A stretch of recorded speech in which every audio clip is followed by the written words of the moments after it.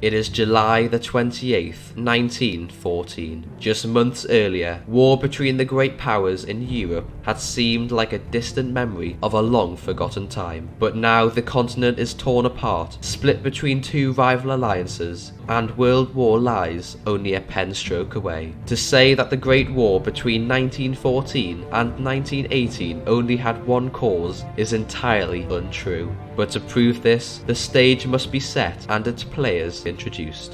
In 1871, what was a collection of German states were united under the Kingdom of Prussia. This unification was masterminded by Otto von Bismarck, the German Prime Minister, and this new powerful state in the centre of Europe would become known as the German Empire. To unify Germany, Bismarck went to war with Austria and then France. Although being defeated, the aging state of Austria-Hungary improved its relations with Germany after the war because of their shared German identity, and over the years they would become key supporters of each other. On the other hand, France, after being defeated, abolished its empire, and after 1871, its foreign policy would be dominated by the desire to regain its lost territory from Germany. The dual alliance was signed between Austria and Germany in 1879 as a way of Bismarck to ensure the security of his new empire, and Russia would join this coalition, making the League of Three Emperors. It is important to know that Europe was split politically and culturally between constitutional liberal democracies in the west and autocratic monarchies in the east at this time. Industrialization had seen different effects in different places. Britain, for example, had become the richest nation in the world. More power had been given to the people as they became wealthier, and the British Empire grew to become the largest ever seen on the planet. This was contrasted by Russia. Industrialization was suppressed by the Tsar Nicholas I, and Russia grew even more unequal. But after the Crimean War of the 1850s, Russia started to catch up to the West. Due part to distrust and fear of Russia, in 1887 the League of Three Emperors would dissolve as Russia began to see France as a better ally to counteract German strength in the continent. Only 1 year later, Kaiser Wilhelm II became the Emperor of Germany. Wilhelm was an ambitious king. He believed that Germany was destined and deserved to be the next great power of the world. He also considered Britain as Germany's natural enemy as well as France, and his expansionist policies would play a key role in later events. After the Conference of Berlin, where European powers agreed to a peaceful colonization of Africa, Otto von Bismarck was forced to retire by Wilhelm. Now, the Kaiser was free to pursue his ambitions fully.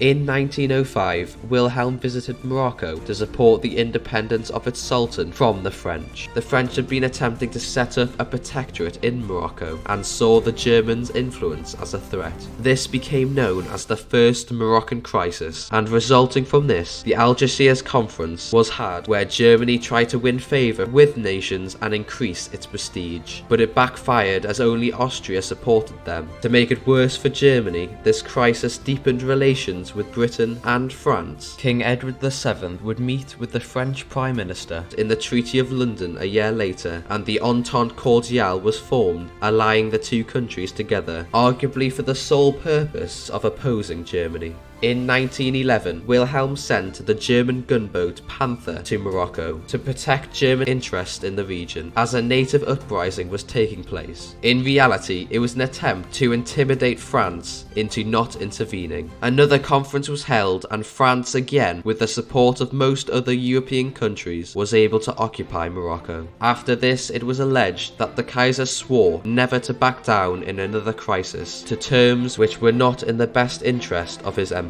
He would soon prove himself right.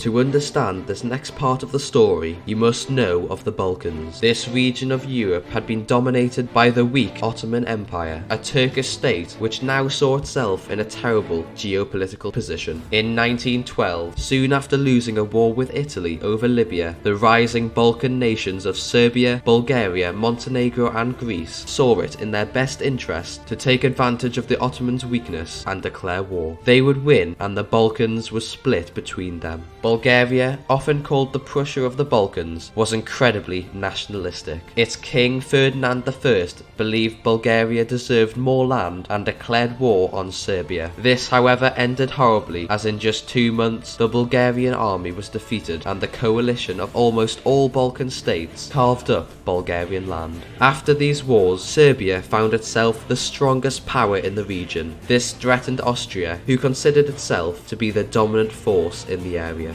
In 1908, Emperor Franz Joseph had ordered the annexation of Bosnia, which was the home to millions of Serbs. The Serbian people and many prominent government officials in Serbia believed it was their right that all Serbs should live in a single nation state, and to achieve this, Austria must be defeated in war. A Serbian nationalist terrorist group named the Black Hand Gang and their member Gavrilo Princip planned on the 28th of June 1914 to assassinate the heir of the Austro-Hungarian throne. Franz Ferdinand, Archduke of Austria, visited Sarajevo in Bosnia to help calm the situation there. He and his pregnant wife were shot by Princip fatally, and both died the same day. The Austrian government suspected that Serbia had been involved in the assassination attempt, so Franz Joseph was persuaded to send a letter of demands to Serbia, which was purposely harsh, with the intention that Serbia would reject it and give Austria a reason to go to war and subjugate the nation, thus securing its hold over the Balkans. The Serbian king and his cabinet decided to accept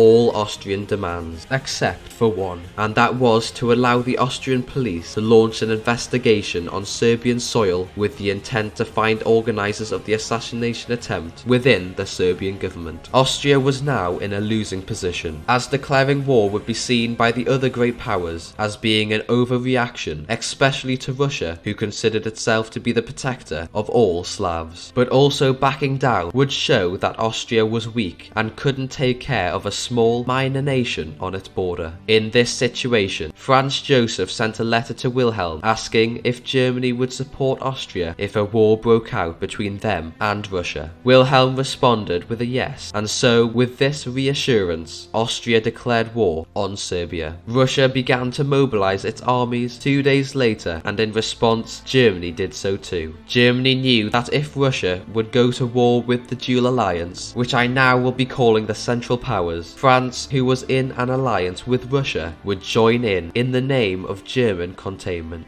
Wilhelm was avid that war with France would be necessary for Germany to prove its supremacy on the world stage, and so on the 1st of August, Germany declared war on Russia to take advantage of its lack of military organisation, and on the 3rd, Germany invaded Belgium to bypass the strong French fortifications along the German border. Britain had a pact of guaranteed independence with Belgium. This and the Entente alliance with France resulted in the Prime Minister Herbert Henry, with the King's approval, to declare war on Germany. The July Crisis caused all major nations in Europe to war against each other. This war, which would go on to change the world forever, was not started because of a specific event, person or bullet, but a myriad of factors which had, over the years, made a war almost completely unavoidable. Please subscribe if you enjoyed this video and would like to see more on the First Great War.